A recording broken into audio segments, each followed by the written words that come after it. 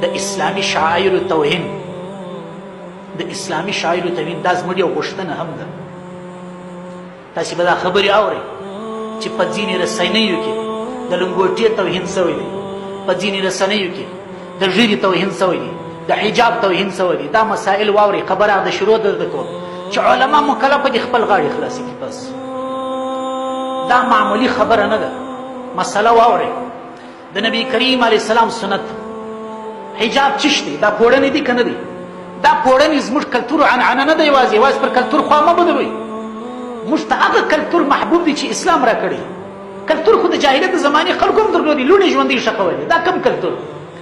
قرآن کې الله پاک فرمایي قل للمؤمنین یا ایها النبی قل للمؤمنات یا ایها النبی قل لنسائک وبناتک ونساء المؤمنین. ای زما نبی خپلو ښځو ته ووایه، خپلو لوڼو ته ووایه، د مسلمانانو ښځو ته ووایه یدنین علیهن من جلابیبهن، چې پر سرو باندې دې لوی لوی پوړینان راشوه کړي. د حجاب د پوړنې د چادرۍ حکم په قرآن کې راغلی دی. جلباب څه ته وایي؟ د لغت کتاب ته ولاړ شئ. تفسیر قرطبي کې وایي چې جلباب هغه پوړنې ته وایي چې د سر د کلګي څه د پښو تر بجلکو پورې ښځه پکښې پټ وي. آیا زما او ستا چادري جلباب شول که نه شول؟ یا یې توره چادري یا یې شنه چادري، دا جلباب دی. د دې حکم په قرآن کې راغلی دی. دا فرض دی. حجاب په شریعت کې فرض دی د مسلمانې ښځې دپاره. یا ایها النبی قل لنسائک، خپلو ښځو بیبیانو ته وایي، ولبناتک لوڼو ته دې وایي، ونساء المؤمنین د مسلمانانو ښځو ته وایي یدنین علیهن من جلابیبهن، چې پوړینان پر سر واچوي. نو یو شی دا سو چې پوړنې فرض دی، خلک یې توهین کوي. یاو بل شی واورئ. لنګوټه د نبي کریم علیه السلام سنت دی. یوازې ما او ستا کلتور نه دی. لنګوټه سنت ته یو لمونځ په لنګوټه کې کول 80 درجې افضل دی. حدیث شریف دی. دا دعا ژړه د نبی کریم علیه السلام سنت دی. څه مطلب؟ یعنی ژړه پرېښول واجبه ده، خو د انبیاو علیهم الصلاة والسلام سنت دی. دا داسې سنت دی چې وجوب یې په حدیثو راغلی دی. ژړه واجب ده. اوس که په ټولنه کې یو څوک راولاړېږي دغو شیانو ته توهین کوي، د شریعت د نګاه څخه دا کفر دی. خالي ماسې دا مسله واورئ. خبرې خو سره ډېرې شولې، ځکه بل وخت دا شی بیا پاتېږي، بیا زړېږي. واورئ دا مسله وګورئ. رد محتار اول ټک، څلرم ټک، 422 صفحه. قد کفر الحنفیة، د احناف علماو کافر ګڼلی دي من التقبیح بالسنیة، که چا په سنت طریقې پسخند ووهلي، توهین سپکاوی ور وکړي، فقد کفر الحنفیة. احناف علماو دا سړی کافر بللی دي. دا داسې مثال یې راکړه کمن استقبح من انسان آخر جعل بعض العمامة تحت حلقه او استقبح منه احطاء شاربه. مثال یې ورکړی دی. یو سړي لنګوټه تړلې ده، دا شمله یې راخیستې ده، داسې کړې ده.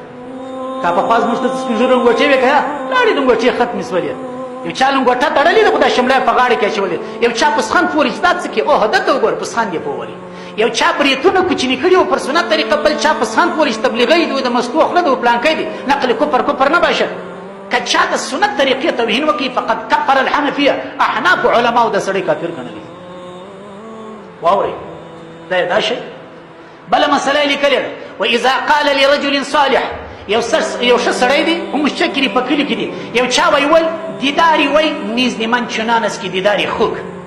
زه چې دغه سړي ته ګورم لکه خنزیر دی چې العیاذ بالله ګورم. یخاف علیه الکفر. خلاصو تر پتاوالی په دغه الفاظ سړی کافر کېږي. دا د دین د شاعرو توهین دی. دا د دین د شاعرو سپکاوی دی. زه خو ډېر خوشحاله شوم د دې ځوانانو سره. عام ځوانان دي، که ملکیان وه که نور وه که نور وه که نور وه، ماشاءالله ښه په کلکه یې دفاع وکړه. خو د بعضې خلکو سره علم نه و، نور که نه و هغه لنګوټې یې ورته وتړلې. انتیکه خو دا وه چې ژرې خریلې وي، لنګوټې یې تړلې وې. په غیر مال پروا نه کوي، هغه بله معامله ده. خو الحمدلله زموږ خلک دومره ژوندي دي چې پر لنګوټه باندې ټولو خوا بده کړه. اریان دغه ټیم چې کاروایي نه کوي څوک ورسره. نن د مشرانو جرګې هم دا غوښتنه کړې ده چې دا خلک دې ټینګ سي، دا خلک دې په سزا ورسېږي. نن د پارلمان هم دا غوښتنه کړې دا خلک دې ټینګ سي، دا دې په سزا ورسېږي. نن یې د حجاب توهین وکړي، نن یې د لنګوټې توهین وکړي. استا استا زما او ستا امتحان اخلي، سبا مو د قرآن توهین کوي العیاذ بالله، بل ورځ مو د رسول توهین کوي. دوی ته مال دا څنګه کیسه ده؟ لنګوټه یې اخیستې ده، په قفس کې اچولې ده. پوړنه یې اخیستې په قفس کې اچولې دي. واقعیا پتلون یې قفس ته ور واچوئ. چیرته دی بل نیکټایي ده؟ چیش ده؟ دغه شیان ولې قفس ته نه اچوي؟ د کفه سیاست دلته ختم دی. د کفه سیاست حجاج بن یوسف کوي، 1,20,000 انسانان په توره قتل کړل. د کفه سیاست فرعون کوي چې خلک په میخو باندې وژل، لیکن قرآن وایي هغه ختم سو، هغه خلک ناکام سول. په کفسو کې څوک انسانان اچول، اسلامي شاعر په کفسو کې اچول، دا ترتیب نه چلیږي. که په وژنو باندې کېدلی، که یو ملک په وینو باندې جوړېدلی، که په یو ملک په بندیانو جوړېدلی، که یو ملک په کفسانو جوړېدلی، افغانستان به ورسره زر وایي. 40 کاله کېږي چې انسانان په کپسو کې مچول کېږي، په بندیخانو کې مچول کېږي. نن مو خبره تر دغه ځایه راغله چې په لنګوټه پسخن شروع سو، په چادري پسخن شروع سو، په حجاب پسخن شروع سو. زه خو ټولو علماو ته په دې خپل نااهله استعداد باندې وایم چې ټول علما په یوه خوله دا غوښتنه وکړي چې دا خلک د مجازات سي، چې نور خلک عبرت ځینې واخلي. ظاهریان دغه ټایم قادیانۍ، اغاخانۍ، اسماعیلۍ، دا هغه فرقې دي چې زموږ په مذهب کې مسلمانان نه دي. دی راځي زموږ شاعرو ته توهین کوي. ما ته هغه حدیث شریف را په یاد خبره در ختموم، لن یفلح قوم ولوا امره امرأة. هغه قوم به کامیابه نسي چا چې ښځه مشره جوړه کړل. نن زموږ ځوانان دغه دي بېکاره ګرځي، یو ځوان مو کاروبار نه لري، په ټوله شعبو کې ښځې مقرر کېږي. د ښځې بیا دغه نتیجه ده چې ستا په پوړنې پسخند والي، ستا په ژرې باندې پسخند والي. تو خو یې پله دا ځوانان پر کار کړه، دا ځوانان چې پر کار سول، ګرده په کار برابر سول، راوله بره به ښځه ودرو. د ښځې بیا دغه نتیجه ده چې په قرآن دې هم سبا پسخند در وایي، په لنګوټه دې هم پسخند در وایي، او په اسلامي شاعر دې هم پسخند در وایي. خو الحمدلله دا قوم یو ژوندی قوم دی، دا یو ژوندی قوم دی. موږ مسلمانان ګوري شر دوی جوړوي، موږ مسلمانان یې کړي، موږ شر نه دي جوړ کړي. تر اوسه به تاسې نه اورېدلي چې یو مسلمان راولاړ شو د انجیل توهین یې وکړي، د تورات توهین یې وکړي، د دوی د شاعرو ته. په اسلام کې د دې اجازه نشته. اسلام خو د امن دین دی، اسلام خو د صلح دین دی. دا اوس ګوره زموږ نارې پخوا هم دغه وې، اوس هم دغه دی چې اسلام امن غواړي، اسلام صلح غواړي، قرآني سوله غواړو، اسلامي سوله غواړو، د دې ملک وحدت غواړو، پروژه نه غواړو. دا بیا انتې کړه سوله د پروژه سول وایي، دا څه اندېکې دي؟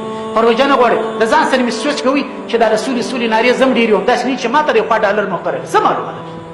کارګر د خراب ادي ورته دې سې ګوره چې خلک پساو سول، سولې دي پروژه سول، مظاهرې دي پروژه سولې. نو موږ اسلامي صلح غواړو، قرآني صلح غواړو. داسې صلح موږ په دې وطن کې غواړو چې موږ ته اسلامي وحدت راکړي، موږ ته اتفاق او اتحاد راکړي، موږ سره وروڼه سو، په موږ کې دا قتل و قتال بیا ختم سي، دا وژنې ختم سي، اسلامي ورورولي غواړو. دا د دوی دپاره د شرم ځای دی چې موږ په دوی کار نه لرو، د دوی شاعرو ته، د دوی کتابو ته موږ احترام لرو، لیکن دوی د پیسو په مقابل کې کله د لنګوټې بېعزتي کوي، کله د حجاب بېعزتي کوي. نو دا مو بیا غوښتنه ده، دا مو بیا غوښتنه ده چې هر چا دا کار کړی دی موږ یې نه پېژنو، باید مجازات سي، قانوني عمل ورسره وسي چې آینده نور خلک د دې څه عبرت واخلي. الله دې د عمل توفیق را نصیب کړي. واخر